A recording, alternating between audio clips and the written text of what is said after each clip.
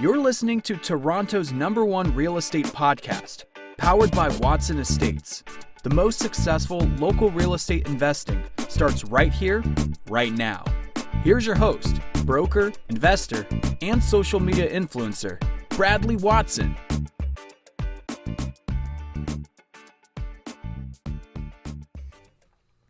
Good morning, investors. Bradley here from Watson Estates. It is Saturday, June 2020, and I'm so glad you could join us here. We are #1 on iTunes, Spotify, and Google Podcasts for discussing the topic of Toronto real estate, specifically for investors. And today we're going to cover the news as we do each and every day. And I'm so excited with the topics we have. There's some wonderful conversations and topics. So we're going to start off here talking with an article that comes from MoveSmartly.com, one of my favorite publications. Not a mass publication, but still one of my favorite. And we're going to discuss how is Toronto real estate hot with unemployment at 14%. And this article has so much more than even that. So if that is intriguing, stay tuned. It gets real. And then, are new listings appearing quicker than sales in Toronto? This question of sales to new listing ratio, are we experiencing problems? Because according to what came out of the Canadian Real Estate Association across the country, we might have ourselves a problem with new listings popping up. But there has been further research done by Zoocast that answers the questions specific to our city. Who cares about the rest of them? And then, will there be a net migration out of the city? This comes from an amazing question from one of our listeners on YouTube. I'm so thankful for the comments and the questions and the discussions that we can have. And I think that responding to this question is going to help a ton of you investors out there that are scratching your head saying, what comes next? What comes next?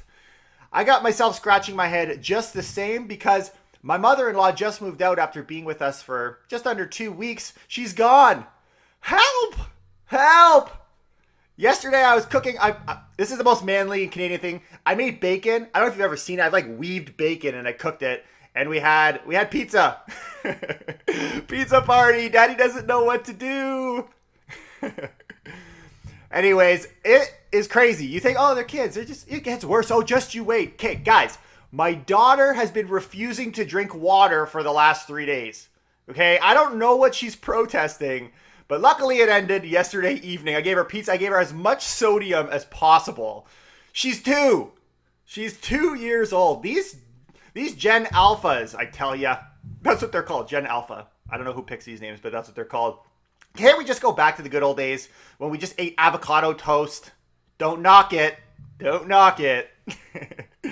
We're just trying to get back to normal here at the Watson residence, and one way that I can keep some normalcy is to join you guys every single day. Thank you. I'm so happy you could tune in. Our listenership is growing. Our fans/friends are growing, and I'm meeting new people constantly, new circumstances, new situations. I'm able to have conversations with incredible people, all in the name of serving you guys and serving our local market. It has been a great honor and pleasure. So let's jump into our very first topic. Here we go. It's MoveSmartly.com. If you guys are wanting to kind of subscribe to any article, check these guys out. They're awesome. They're awesome.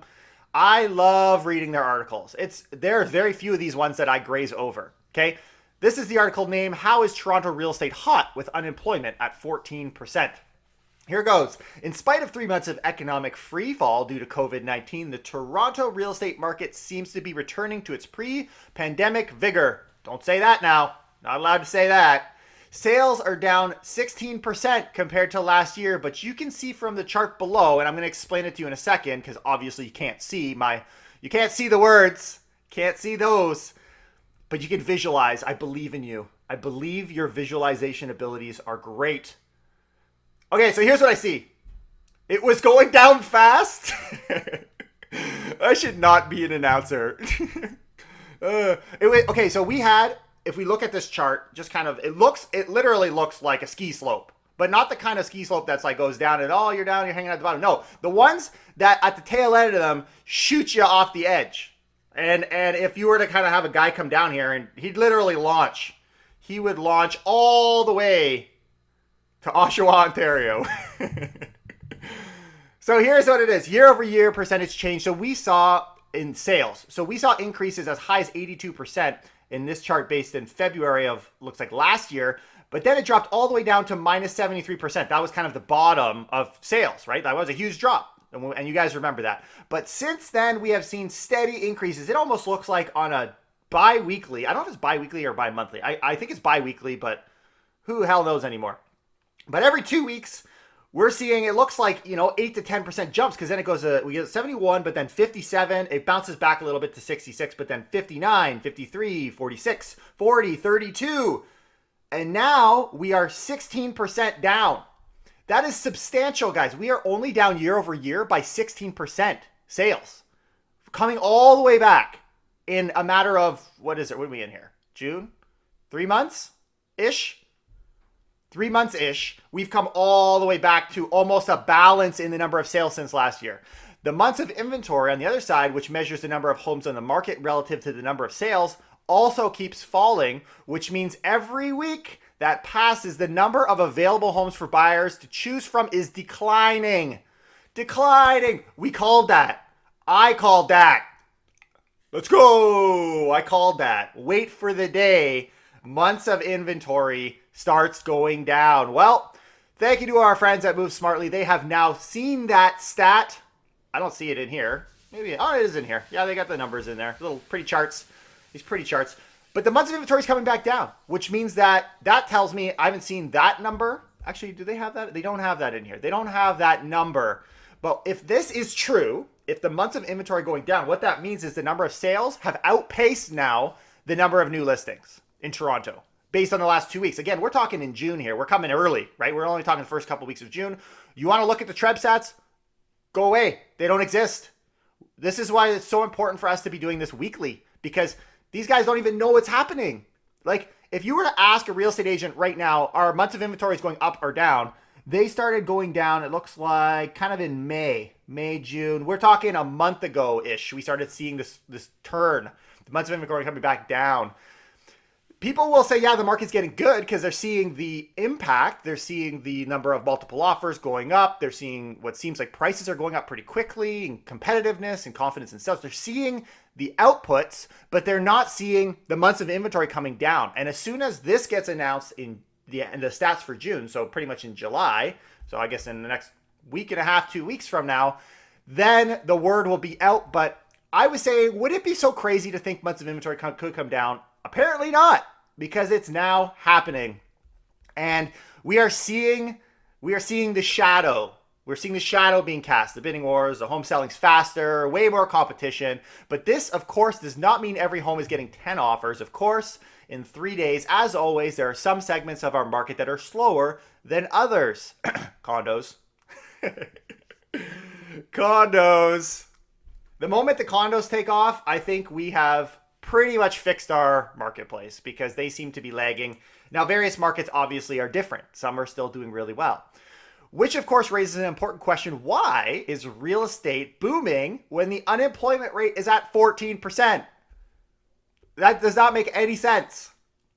Like, we have record unemployment, and yet somehow we have increasing real estate prices. Historically, we see that housing markets usually cool down when unemployment rises. This makes sense. With an increase in the number of people losing their jobs, fewer buyers can afford to buy homes, and more owners usually need to sell their home when they can no longer afford their mortgage after a prolonged period of unemployment. So why is the opposite happening? Great article. Great article. Some people are pointing to the very low interest rate, around 2%. Is it that? We see that advertised now. Rates are going to be coming down. But this is a good point. Low rates don't create demand. If you lost your job over the past 2 months, you're not going to suddenly jump back into the market and buy a home because rates are lower. You can't get a mortgage without a job. This is what we've been saying. This is very well worded. I love how they've worded that. The more likely explanation is the vast majority of jobs that have been lost in Canada were in lower paying frontline service jobs. Many of the buyers our agents are working with them have been impacted by the recent job losses. So there are primarily in jobs where working from home is an option, so have not seen their income be affected. So in other words, the lower income individuals across our city are the ones that have been heavily impacted by COVID. They're not the ones able to afford a property in Toronto proper. I mean, we know this. This makes sense. But it's also the reason why rent rates are changing, because the demand for rentals is changing. They are being impacted. They can't get jobs, therefore they can't qualify, therefore they can't afford to live in these rental units, which are affecting investors in the city. It's the exact same reason. I hope you guys are seeing this picture. I mean, I like to think you maybe have already kind of painted this picture, but I think you're kind of getting the overall impression. The same reason housing is doing so good is the same reason rentals are struggling, because it's not everybody equally affected by COVID. It's people who are in the lower income segments that have been they have been slaughtered by COVID. And everyone else that's able to work from home, work from their cushy jobs at their home office, not so much. So how will the housing market progress from here? And so they give his impression, which I consider, because I think he knows what he's talking about. So I look at this. So he says, I expect the summer to remain very competitive, because here's the reason, guys. The summer is the spring. Okay, this year summer is your spring market. Don't even pretend it's not. It's also the reason you're going to see the numbers, as we've kind of expected, be so much better than last year, like relative to what we've seen in the last couple of months, because our spring got completely diluted. It disappeared. And so it's been deferred. And so now we're comparing a spring to a summer. Like when we compare year over year, it's already challenging, because you get these kind of blips. And when you look back, you're like, oh, well, this spring did really poorly. That's kind of dumb. You have to look so much deeper, because the spring this year is literally the summer. It's not even the springtime. So as we're relating it to summer prices and stats last year, they're clearly not apples to apples. So it gets a little bit fuzzy that way. But again, this is why it matters that we look below the surface. The only thing that might help cool the competition is a spike in new listings. This is what he said. Some of the reasons could be CERB, just to summarize what he's saying, and wage subsidy, right? So government assistance, but also mortgage payments, deferrals. This is what we're watching, guys, is deferrals. The CERB has clearly been extended. Will mortgage payments be extended as well? Nobody's talking about that. Let's see. So he says, but while I was concerned for the fall market about a month ago, I'm a little bit less concerned today for a couple of reasons. Interesting. As businesses open up, I expect household spending to increase and more businesses to start making money again. I don't think things will be back to normal, but I do not think they will be worse than they were a month ago. And I think what is happening here is we're talking momentum. Right? When we look at the numbers, if you just factored in where we're at today, forget what's coming, because we don't really know what's coming. Nobody knows what's coming. CMHC would have the whole housing market collapse, right? But what we do see is the trend, and the trend is fast paced to the point where you could almost make the argument, and he does here, that even if mortgage deferrals is a problem, it's not going to be good enough to slow down this pace, because it's so fast. Is that true? I don't know. That is still what I'm most concerned about, outside of the obvious, which is a second wave. Those things alone, it's so difficult, and I'm going to hold my numbers very closely if either of those things and when those things kind of start to take place. But in the meantime, the stats are moving faster than we can even keep track of. Like I said, months of inventory, people don't even know. You don't even know. Just wait 2 weeks. You'll see. It'll be in the news. It's in the news now, but it's hidden. I mean, even the article is talking about unemployment here. It's not even talking about months of inventory. That should be a huge story in itself. Whew. All right, bring it back. Slow it down. I haven't had my avocado toast, so getting a little fired up here on just caffeine. All right, so we're going to start talking about this conversation of something called SNLR, sales to new listings ratio. For those of you who are investors, more than likely than not, you know what this is. But just to get us all on the same page, and it really matters today because of the news that was announced by Canadian Real Estate Association. I had a wonderful conversation yesterday with Patrick Francie. He is the CEO of the Real Estate Investment Network. And I found it funny because you think, oh, they're so big and they need to maintain this image of just being so proper. But when I asked him this question, he chuckled and made jokes about the same stuff I do. I love it. This is what the big guys talk about, guys. Political correctness. You can have a bit of political correctness, but when it comes to real estate, let's be real here. Like, let's be honest with what is going on. And when he talks about Korea, he's like, I don't know why Korea just announced an overall country numbers. I agree. I don't know either. Like, you're just creating confusion. Like, I've been to the point where now we have to backtrack and say, well, let's look deeper. And we had other publications trying to kind of do damage control. So Zoocasa created an official monthly data from Korea to review sales declines into new listings by 20 major real estate markets across Canada. So CREA comes out and they just blast and say, this is what's going on. And we're seeing an uptick in the number of number of new listings relative to sales. And everyone's like, watch out. And then we're sitting here like trying to report on this or like bring it up and learn ourselves like what's going on. And like, really? You're going to compare Canada? Like Canada wide? That's the stats we're working with on a local basis. You can't do that. So you almost would have been better to have not said it or give us a little bit more clarity there. Like, is that how they're going to go? And same with CMHC. Oh, we're going to crash by 18%. Like, nobody's standing on that side of the seesaw with you, man. But they have the right to say what they want to say. And so they did a nationwide one. So what I wanted to do is a little bit of damage control, pull it back. This article is great because it explains what does this sales to new listing ratio look like in our city. And they break it down and we can get a little bit more insight if you want to learn about some of the neighboring cities in our area. So first off, they said if you get a figure that's under 40%, it means that few homes sold compared to the number that were listed during that period, which is a buyer's market. Okay, so we got buyer's market. Whereas over 60% means that you are in a seller's market. So between 40 to 60, obviously a balanced market in this sales to new listings ratio. And they have a way of doing the calculation and look that up yourself. It's a good thing to know. It's a good thing to know. Is that how I dictate balance versus seller's market? No. But there's different measures of doing this, which is why I say we're in a seller's market, but a stat like this, based on how they're analyzing it, would say they're in a balanced market. So we're floating in that range. Now, at a national level, they're saying we're relatively balanced. So I wanted to jump into Toronto. And Toronto, they consider a balanced market. And again, there's different ways to do that, but that's fine. Let's use their stats here. In the Toronto area, home sales dropped by a whopping 54% and new listings declined 53%. So listen to what they have to say.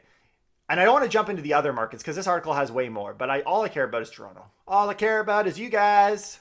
Given the similar rate of decline in sales and new listings, buyers and sellers that were active in the market during May experienced close levels of competition as those in 2019. This is known by the SNLR for the Toronto area in May, which was 51% compared to last year May, which was 52%. Our market looks like it did last year. Is there a huge influx? There's all the new listings. Watch out. Next month is going to suck. There's new listings. They're outpacing buyers. Oh, no. I don't know. Was that happening last year? Because the numbers are the same. I would argue no. And in this trajectory we're on, will it look like next? Oh, man. Okay, I'm just going to wind it on down. You guys make the call. You make the decision on what's going on, okay? But there was a fun little chart here that I thought I would share. And some of these things line up actually with my conversation with Patrick yesterday and discussing which is I asked a question to Rain, what markets are you most excited about? His clearly most excited market was Ottawa. And the main reason was, as I anticipated, would be employment, right? Because they're federal employees and the feds don't cut anybody, right? Municipalities is a whole other story, but the federal government, they don't need to cut. So when we look at the markets in and around the GTA, if I were to just kind of pick out the big ones based on what is red, aka seller's market in their diagram, they've got London and St. Thomas, they got Windsor, Essex, they got Hamilton, Burlington, and Kitchener, Waterloo. That's it. The rest, there's some blue. Now, that said, if I were to look, actually, there is Greater Toronto. They've got it as a blue, which puts us as a balanced, and that's pretty much it. So pretty much everybody but Toronto. Interesting. Fun facts, right? Like we're seeing a lot of red. In this case, red is good if you want increased prices. So there's some interesting stuff going on, guys. That's all I say is interesting stuff. Hopefully you guys have some tips. I'm always grappling to tips. Me and my clients, this is what we want to know. What is coming next? Well, I think what's coming next is months of inventory. That's what I think. That's going to be our next conversation. We'll see. But I want to get into the dialogue I'm having with you guys online because it is nothing short of incredible. You guys are awesome. And I had a wonderful question, a comment, and I want to pull this person's name up. I hope I can say. I'm going to say the first name. His name is Brian. Thank you, Brian. Thank you for your comment. And some news before we get into that. Just the highlights that I'm seeing that apply to real estate. Number one, Google Maps will now show users how crowded TTC stations are. Apparently that's a new feature. Pretty cool. Toronto has seen 14 days of consecutive COVID case declines. You know what that means? Stage 2 is coming very, very soon. Watch for it. And number 3, plans move forward to reopen schools in September. We are reopening. The reopenings are continuing. And these all stockpile on top of the success we were experiencing in our market. We have a train driving down the tracks. Chugga, chugga, chugga, chugga. That's it. That's a kid's song. I don't think any of you know that one. It's like some Mother Goose. Oh. Next thing I'll be shooting out Baby Shark out here. Let's talk about this conversation. Thank you, Brian, again for your comment. And I said I was going to answer it, and he gave more detail. I'm going to try and highlight what he is saying is his circumstances, and I think it will resonate with a lot of you, and you'll get a ton of value in these questions and in the responses. So here's what he said. Thank you for sharing your research. And by the way, we're talking today, right now, about net migration out of Toronto. That's the big topic here. Should I be investing in the city or out of the city? What does that look like? Go. I have been living and investing in the downtown Toronto condominium market for 27 years. Good job, man. I have done very well financially during that period with minimal issues. Currently, I own 3 2-bedroom, 1-bathroom suites. As you have pointed out, I've been monitoring and have recently experienced, due to an increase of supply and demand and decrease in demand for these types of units, have been declining along with the prices. Condos, right? We just talked about that. Will this change to remote working cause a lessening, flattening, or a net migration of people? So he wants to know, like, ultimately, his question is do you think downtown's going to do better or outside's going to be better? So here's my thoughts. Actually, let me finish his question directly. His question was, will there be a net migration of people moving? People referring to live in some preferred suburban locations in single-family homes instead of downtown high-rise condo buildings. Okay, that's the question. My answer to that, forget the condo side, because condo or freehold is kind of different. You got to compare, like, do people want condos versus freehold? And condos, by nature, pop up in areas of huge density, right? Like the cities that don't have condos right now, they will, as they become more and more dense. So the real question here is, should it be downtown or should it be outside of downtown? In the short to midterm, I agree. I believe that. I believe that there will, not necessarily a net migration, but there will be a movement, and we talked about this in past podcasts, a movement to the suburbs or to surrounding communities, the outskirts of Toronto and the neighboring GTA cities. We're already seeing that. And the way we're seeing that is that although COVID has made itself known in Toronto in a big, big way, when you go outside in the GTA, we see markets all over the place that are doing very, very well, that haven't experienced the same price declines. They have not experienced this fluctuations.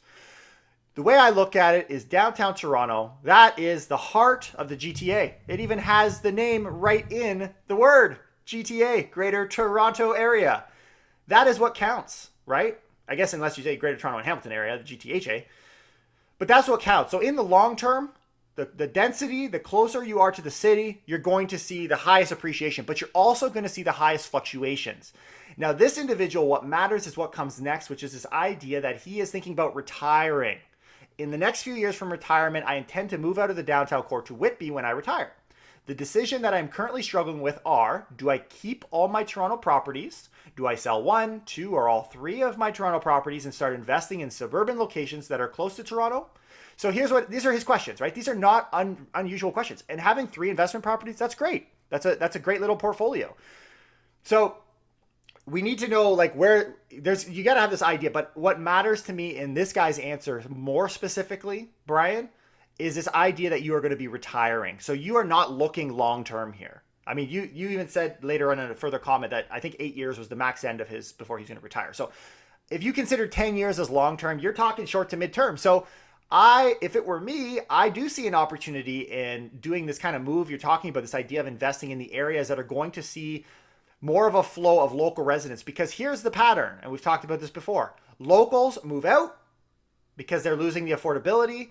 And in return, you have immigration move in to the downtown, into Toronto. Now, there could be a very strong case, if we were to kind of dive into that deeper, that if immigration stops coming into Toronto, indirectly what's happening is the affordability is not skyrocketing anymore. I mean, if affordability was to slow down because of immigration, if that was the sole driver, then obviously that outflow of people moving away from the city because they can't afford it anymore will also stop, right? Like, so it's kind of like it's a catalyst. You're second in line with things that's an evolving process.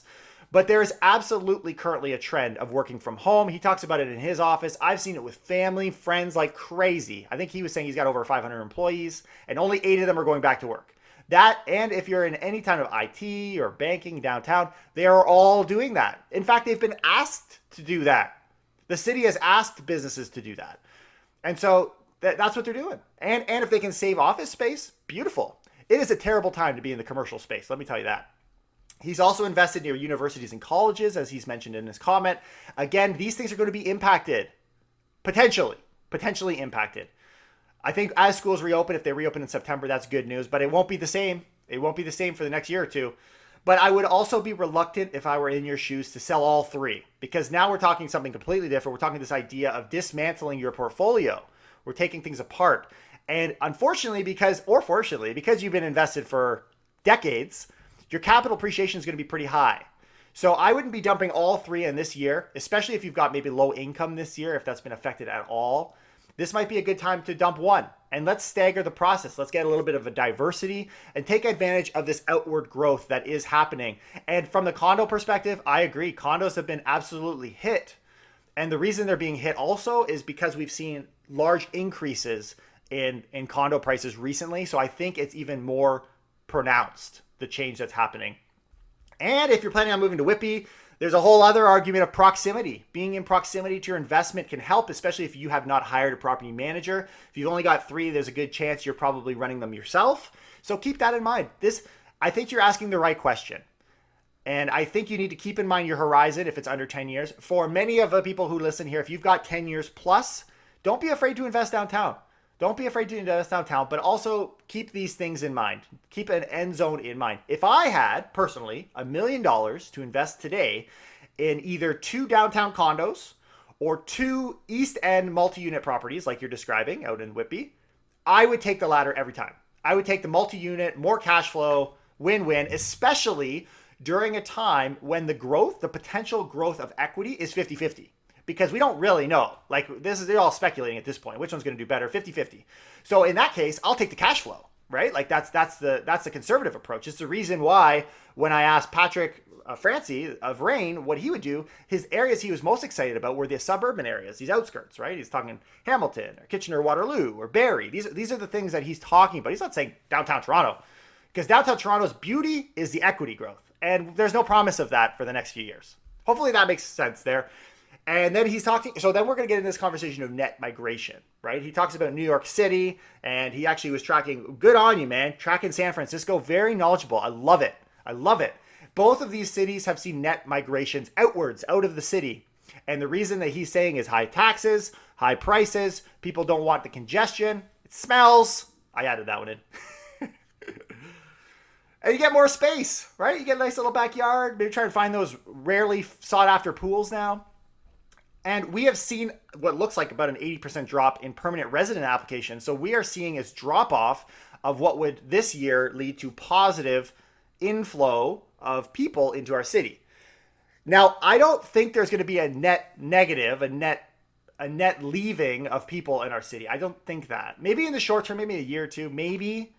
But in the long term, we rely so much on it. I can't see that. We are not as big as New York. We're not as big or as expensive as San Francisco. These cities are on a different level. We are kind of a teenager on the world stage. So I don't see that. I see immigration, and we have a willingness in our country to ramp up immigration. Like, there's a plan.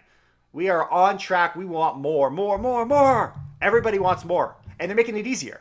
So I see you're going to have a steady inflow. I still see the city growing in the long term. But I could be wrong. And ultimately, we don't know. We don't know. These are some of my thoughts.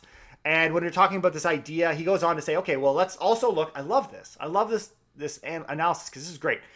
This idea of rentals, right? Because he talks about, okay, say a rental unit out in his area for $2,300 a month, which is great cash flow considering the prices are lower.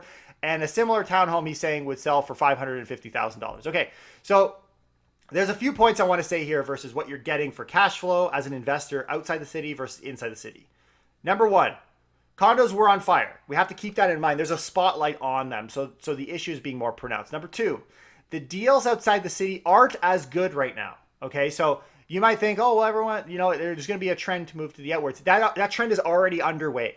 And so the discounts that you're going to have to put on your condos to sell them in the city or the discounts you can find right now in the city, which will pose an opportunity in themselves as well, you're gonna get less money than what you're gonna end up paying on the out. So you're taking a bit of a risk that way. But if you're following a trend and you're diversifying your portfolio, I think it's well calculated. The other thing to keep in mind is when you sell, that's when you got to pay the fees. The money on an investment happens at the time of purchase. The costs, they all pop up at the time of sale. So if you can just buy, it's wonderful. But of course, we're trying to liquidate here because we're entering a season of retirement. And we also, it's valid to mention this idea of rentability. I had clients in a year ago or 2 years ago, we were looking in, it was very obvious. We were looking at two regions, Mississauga near Square One and South Etobicoke, kind of near Mimico Station down by the water. And we noticed very big differences in the vacancy rates.